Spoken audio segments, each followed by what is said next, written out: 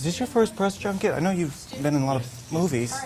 No, this is not my first No. one. I've been working in film since '64. Yeah, yeah. So I've done They everything. just started these, well, no, I guess in the 70s, late 70s. Well, this one is different. I've never been on one quite like this. Where 1 million people come walking through and... Yeah, I've never worked this much. Yeah, it's... You know, we used to travel and do certain things, but they run you for, I mean, this one is unbelievable. You know? But it's interesting to study, but I tell you what's interesting about it, each individual is different.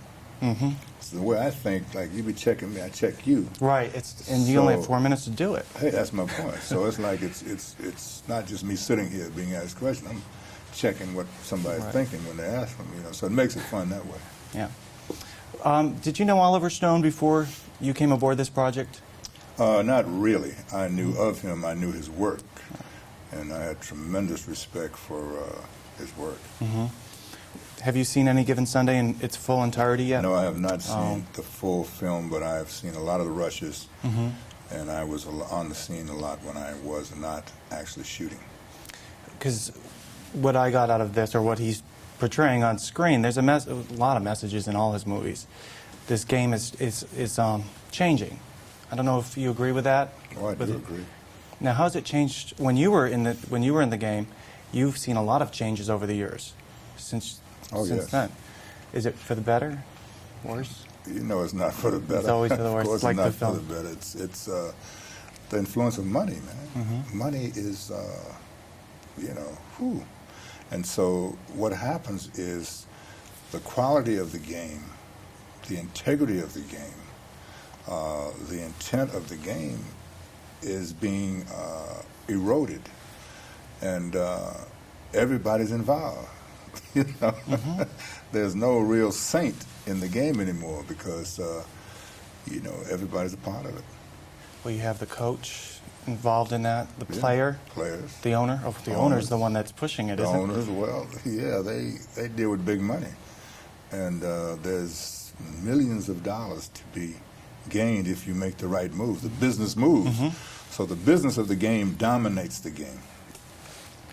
Now today, I don't know. See, it was before my time when you first started in Pro Ball. I know. It's just today.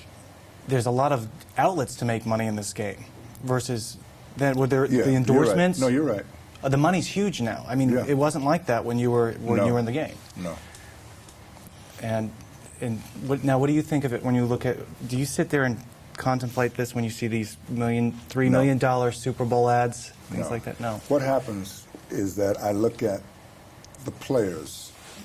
I look at their relevance to society. I look at their input and look at their power, their impact. The impact, really, most of them is simply being a decent personality and being a great player. They make no social contribution of any significance. They're not Muhammad Ali or Bill Russell. They don't do anything from the standpoint of major social change. They're almost like puppets of the money that they earn. So I would never want to be that. Quality of life is much more important than being Donald Trump. You know, Donald Trump is a joke from the standpoint of becoming president of the United States, because being a front man for other people and saying you're rich, what is rich? You have to be rich within the quality of your life and your contribution in social change. That's what this whole movie, that's the message in the whole movie. You doggone right.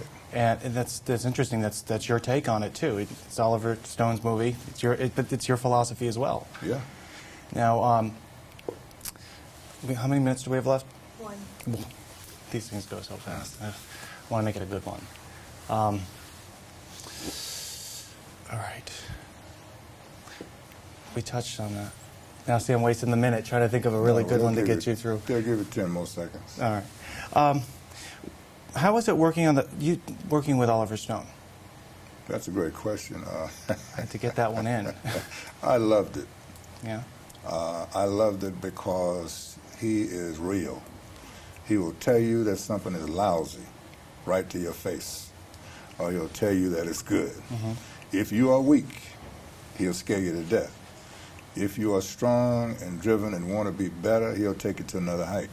So I think actors come into film to do a great job, to be taken somewhere by a director that they might not go themselves. I think he's as good as anybody in doing that. So I enjoyed it.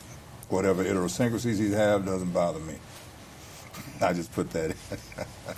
We've been wrapped. Now, I liked your comment about the